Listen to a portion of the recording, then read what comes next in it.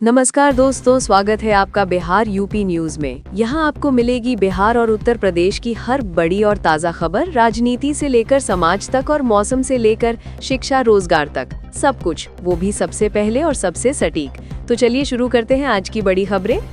दिल्ली में Lal Qila metro station के पास car में हुए धमाके के तुरंत बाद उत्तर प्रदेश में हाई अलर्ट जारी कर दिया गया है।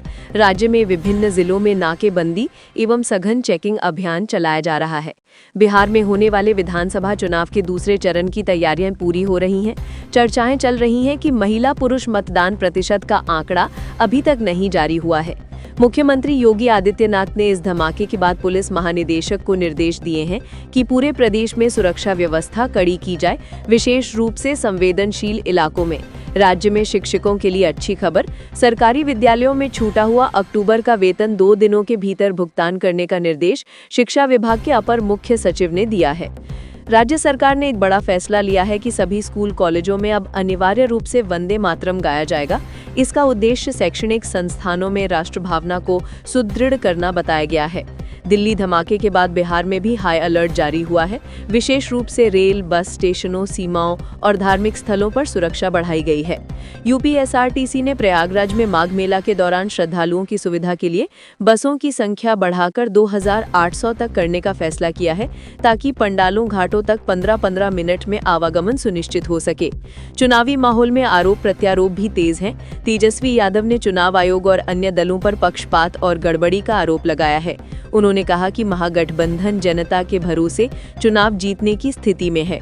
राज्य में पोल्ट्री फार्म व्यवसाय को बढ़ावा देने के लिए सरकार ने बहुत सी वित्तीय सहूलियतें दी हैं। व्यवसाय शुरू करने वालों को बैंक लोन पर छूट, बिजली बिल में छूट, स्टैंप शुल्क माफी आदि। राज्य के कुछ इलाकों में मतदान से पहले नोट बांटने के वीडियो वायरल हो रहे हैं, जिससे चुनावी प्रक्रिया पर सवाल उठ रहे हैं।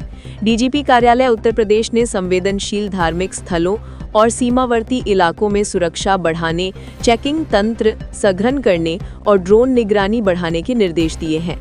दूसरे चरण के मतदान से ठीक पहले प्रवासियों के लौटने और रेल बस सेवा की तैयारियों को लेकर भी चर्चा चल रही है, विशेषकर कि मतदान के बाद वे कैसे लौटेंगे, आगे क्या व्यवस्था होगी।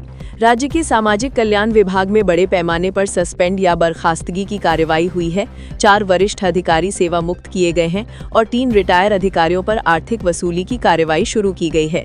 सिंगापुर उच्चायुक्त कार्यालय के साइमन वोंग ने उत्तर प्रदेश में निवेश अवसरों पर चर्चा की, विशेषकर लॉजिस्टिक्स, डेटा सेंटर और इंडस्ट्रियल पार्क क्षेत्रों में। ये राज्य की अर्थव्यवस्था को गति देने की दिशा में एक महत्वपूर्ण कदम मान रहे हैं। राज्य में अतिरिक्त आईपीएस पीपीएस अफसरों का तबादला किया गया है। 23 एडिशनल एसपी रैंक के अधिकारियों का ट्रांसफर हुआ है, जिसमें इटावा, गोरखपुर, गाजियाबाद आदि जिलों के अफसर शामिल हैं। दिल्ली के लाल किला मेट्रो स्टेशन के पास हुए धमाके के बाद यूपी सरकार ने राज्य भर में हाई अलर्ट जारी कर दिया है। सीएम योगी आदित्यनाथ ने पुलिस को सभी संवेदनशील इलाकों में चौकसी बढ़ाने, मॉल और बस स्टैंड जैसे भीड़भाड़ वाले स्थानों पर सघन चेकिंग के निर्देश दिए हैं। उत्तर प्रदेश सरकार ने आदेश जारी किया है कि राज्य के सभी स्कूल और कॉलेजों में वंदे मातरम गाना अनिवार्य होगा। इसका उद्देश्य विद्यार्थियों में राष्ट्रभक्ति और सांस्कृतिक एकता को बढ़ावा देना बताया गया है। ये निर्णय कैबिनेट की बैठक में सर्वसम्मति से पारित हुआ। प्रयागराज में माघ मेला के मुख्य स्नान तिथियों के दौरान यूपी रोडवेज ने 2800 विशेष बसें चलाने का फैसला किया है। यात्रियों के लिए मुफ्त शटल सेवा और घाटों तक आसान पहुंच सुनिश्चित की जाएगी। इसके साथ ही सुरक्षा के लिए 5000 पुलिसकर्मी तैनात रहेंगे। राजद नेता तेजस्वी यादव ने चुनाव आयोग पर आरोप लगाया है कि मतदान प्रतिशत की जानकारी समय पर जारी नहीं की जा रही और कई सीटों पर सरकारी मशीनरी का दुरुपयोग हो रहा है। उन्होंने कहा कि महागठबंधन जनता के भरोसे चुनाव जीतने की स्थिति में है। कर्नाटक पुलिस के एक हेड कांस्टेबल की मौत बिहार चुनाव ड्यूटी के दौरान हार्ट अटैक से हो गई। घटना औरंगाबाद जिले में हुई, जिसके बाद पुलिस महकमे में शोक की लहर है। राज्य सरकार ने उनके परिवार को मुआवजा देने की घोषणा की है। पटना नगर निगम के सफाई कर्मियों की हड़ताल तीसरे दिन भी जारी रही। शहर के कई वार्डों में कचरा जमा हो गया है। निगम प्रशासन ने वार्ता की कोशिश की है, लेकिन मांगों पर सहमति नहीं बन पाई है। लोगों को बदबू और गंदगी से परेशानी हो रही है।